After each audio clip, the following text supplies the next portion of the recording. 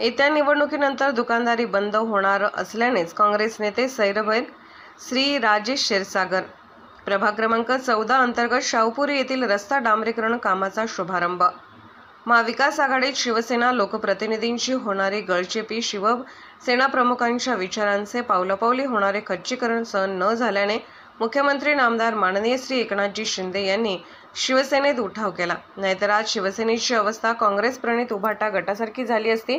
शिवसैनिक हा जाणारा नाही तर प्रसंगी 4 पावले मागे घेऊन झेपवणारा वाघ आहे, हे येत्या निवडणुकीत टीकाकारांना दिसून येईल।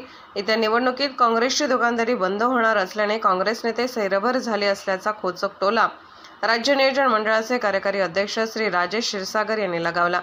राज्य नियोजन मंडळाचे कार्यकारी अध्यक्ष श्री राजेश क्षीरसागर यांच्या विशेष प्रयत्नातून महाराष्ट्र सुवर्ण जयंती नगरोत्थान योजनेतून कोमन प्रक्र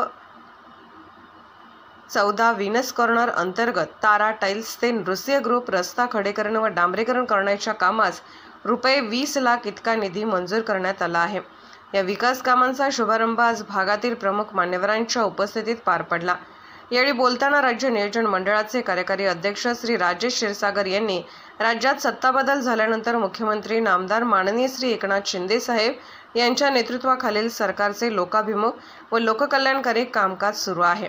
यावेळी शिवसेनेचे माजी गटनेते राहुल चव्हाण, माजी नगरसेवक मधुकर काकडे, सुजयसिंह संकपाळ, फैजू ट्रेनर, किरण चौगले, अरविंद काळुगडे, एजाज ट्रेनर, अशोकराव जाधव, महेश निकम, सुभाष चंदवानी, फिरोज जमादार, संजय परब, नितीन जाधव, राजू मणियार, सुरेश दिवान, इम्रान मुल्ला, रजाक जमादार, तानाजी जाधव, सौ उषा यादव, सौ सविता माजनाळकर, कीर्ती गोरे, रेखा करग्यार आदी भागातील नागरिक व महिला मोठ्या संख्येने उपस्थित होत्या।